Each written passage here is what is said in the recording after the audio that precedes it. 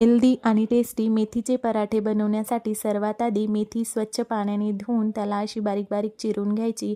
मग दुसरीकडे लसूण, अद्रक आणि हिरवी मिरची ह्याची खलबत्त्यामध्ये छान अशी पेस्ट बनवून घ्यायची। मग पीठ मळण्यासाठी 2 वाटी गव्हाचे पीठ घ्यायचे, त्यामध्ये 2 चमचे बेसन पीठ, हळद, ओवा आणि जिरे हाताने क्रश करून घालायचे। मग नंतर 2 चमचे पांढरे तीळ, मीठ, तयार मिरचीचा ठेचा, बारीक चिरलेली भाजी, कोथिंबीर, 2 चमचे दही घालून थोडे थोडे पाणी टाकून मस्त असं मळून घ्यायचे। त्यामध्ये थोडंसं तेल टाकून पीठ मऊ करून घ्यायचं।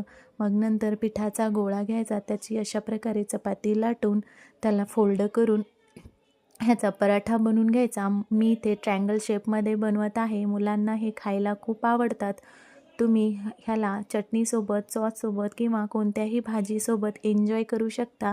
हे खायला खूप मस्त लागतात। ह्या हिवाळ्यात तुम्ही नक्की ट्राय करा।